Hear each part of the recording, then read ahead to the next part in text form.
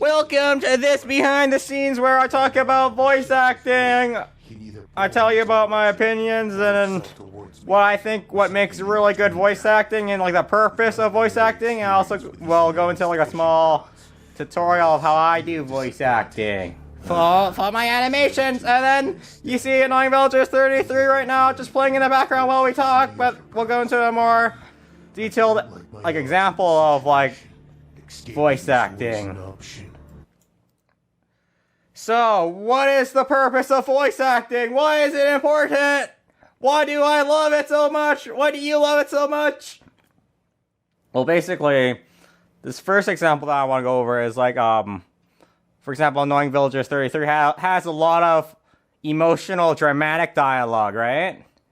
But then there's one specific one that I want to show you. It's like you know when you watch a certain movie or something, and there's like a very sad scene, like for example, like there's a character that he's like dying and he's like saying his final words. Yeah, I just pause it because it's kind of distracting. But a character is saying his final words, and then you feel that like dialogue, his final dialogue with like a character, like maybe for example, this character he's sacrificing himself for this other character to leave, and then he's saying his final words and stuff, right? So the like, what is the goal with that? Like the goal, what I feel is that it's trying to rip your heart out, like that sad, dramatic dialogue. It's like, no! It's trying to rip your heart out and then, like, stomp on it. It's trying to make you feel something. Of course, like, there's a bunch of, like, build-up towards, like, that point. But then it's very satisfying for us, the viewer, to, like, feel that character. Like, his final, his dying words. And then, for example, I think this is a bit of a good example, but, let's see. Okay, let's use this one.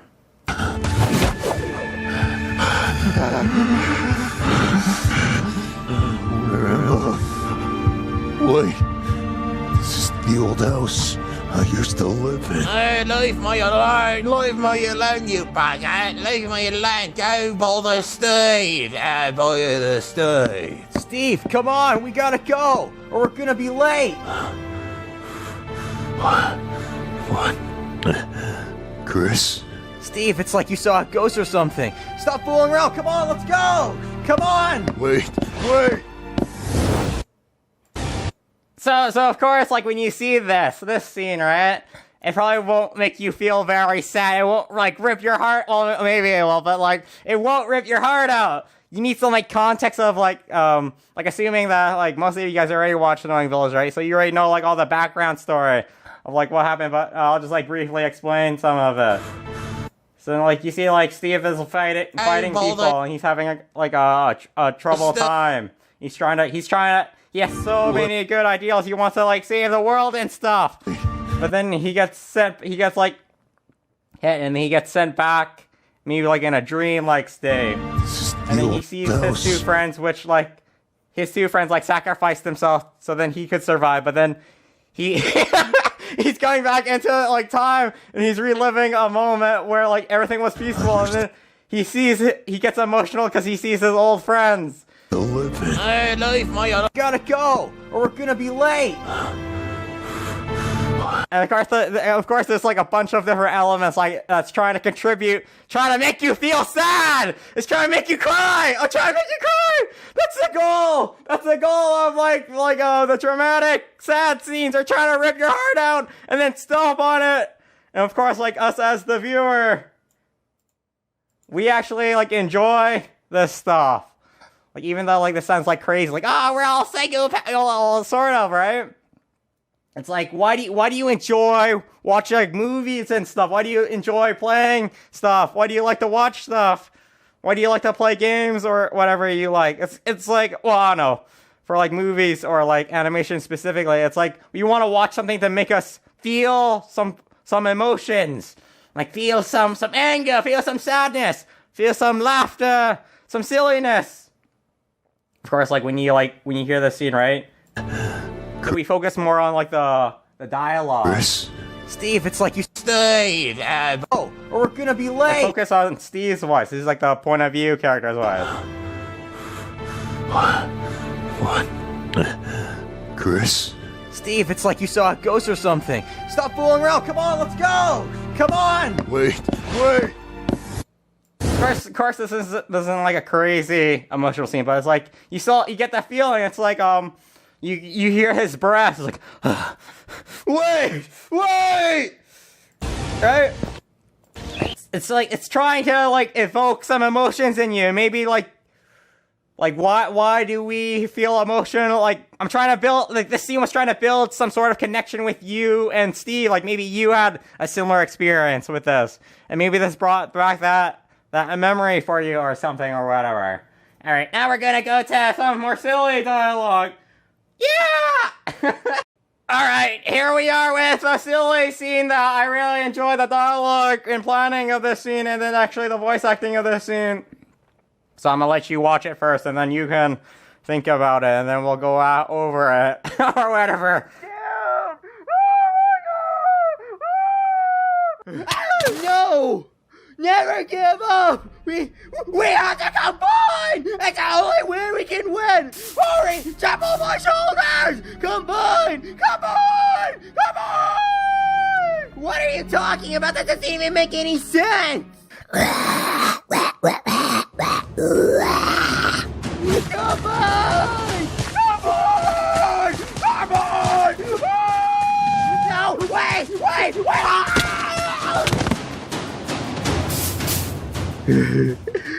Fusion complete! I think that's good. So, like, you see, like, the silly dialogue. Like, what's the goal? The goal is this, like, similar to, like, the previous scene. It's trying to make you feel something!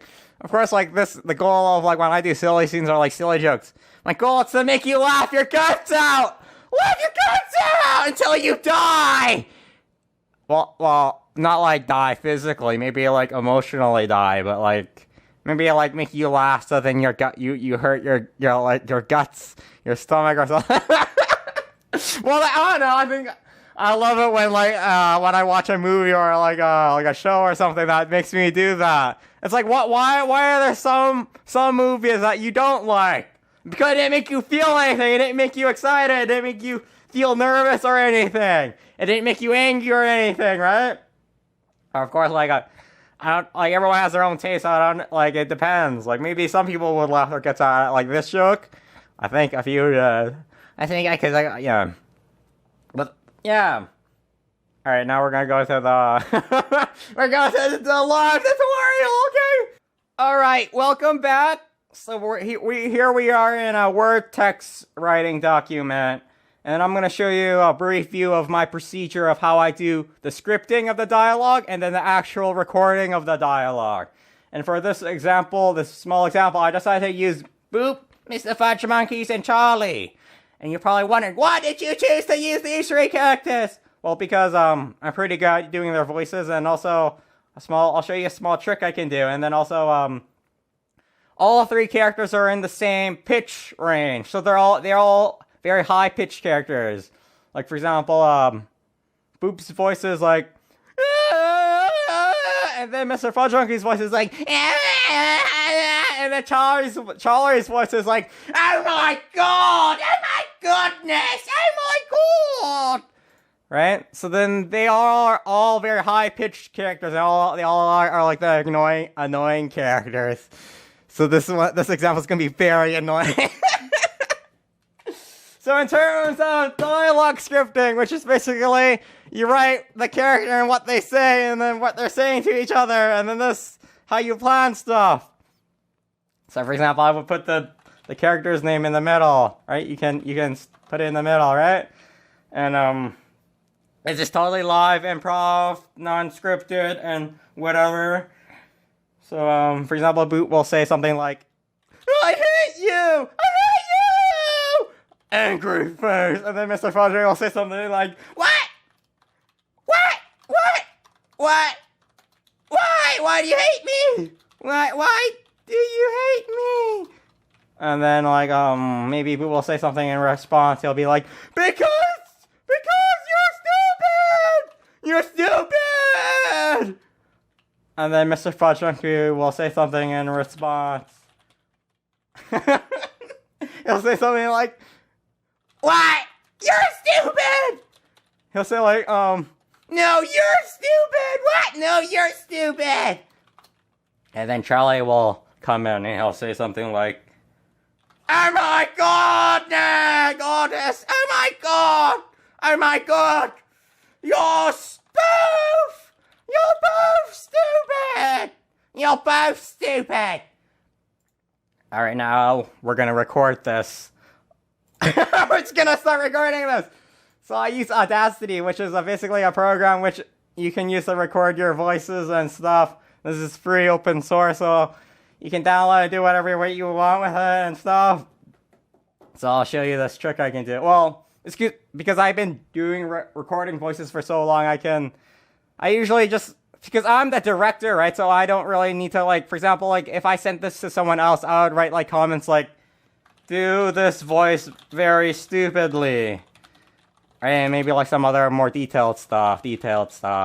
Right? But then, as I am the director, I already know the feeling, and I also already know the mannerisms of, like, the character's voices. Like, for example, like, Boop, he has, like, very, like, childish mannerisms. Like, he'll be like, "Yeah, I hate you." He'll, like, have a whiny voice, and then MrFudgeMonkeyz also has a whiny voice, and then Charlie has just, like a very high-pitched British-ish voice.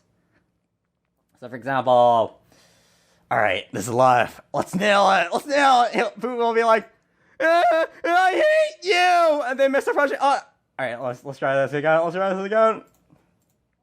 "I hate you!" What? Why do you hate me? Because you're stupid! You're stupid! What? No, you're stupid! Oh my god, you're both stupid! "I hate you!" What? Why do you hate me? Because you're stupid! You're stupid! What? No, you're stupid! Oh my god, you're both stupid! So that was like a kind of like a rushed way to do it. Like, I probably will do this if I'm like trying to like speed up my process. So it's like it's more easier to do this transition between like the characters if they're all the same pitched.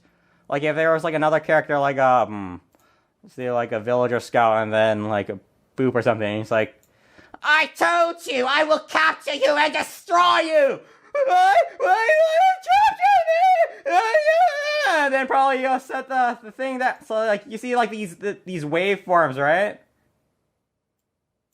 They're actually they're peaking, so then usually you should be setting your recording volume to be very low, so then let's try this again. It's like the villager scout will be like, "I shall destroy you! I will destroy you!" Then usually Boop's voice is high pitch, and well, the high pitched characters you would set it to lower recording volume. You'll be like, why you want to destroy me? Why you want to destroy me? Right, and then now you see like the waveform, like the waveform. It's not going beyond the limits of the thing. Yeah, because like if you had it like, if it was peaking, basically if it was like going beyond the limiter, it'd be like, sorry, I should have warned you. And then it sounds pretty bad. Well, I don't know, maybe you're going for that, but like, alright. I hope you enjoyed this small behind the scenes of how I do voice acting. It's also, there's actually a really great benefit of well, no, in terms of time, right? If like there's one person doing the voices, sort of, right? But then like it depends if like the person can do a variety or not and stuff. Because like when you're working with other people, there's always like a time for communication. You have to talk to them, and maybe like the person that is doing the voices didn't do it well, or maybe you gave them very bad directions. Then there's more back and forth, right? But then, for example, like as me, the director and the creator and the script writer, right? I know like how I want the voices to be, so then I don't really need to write additional comments. So then, usually if I'm only doing the voices, the script will be very plain. It'll just have the bare and essentials. It won't be it will have more detail, because usually for script writing and storyboarding, like when you're working with multiple people, you need it to be it to be detailed, because you want it to convey the ideas for other people to understand. So then you're both on board of the same thing, that the same expected outcome of like the how the dialogue should be, or like how the story should be or something. But then as a solo creator, as the solo person, there's like things you can skip over, and then it's not very detrimental to the final product.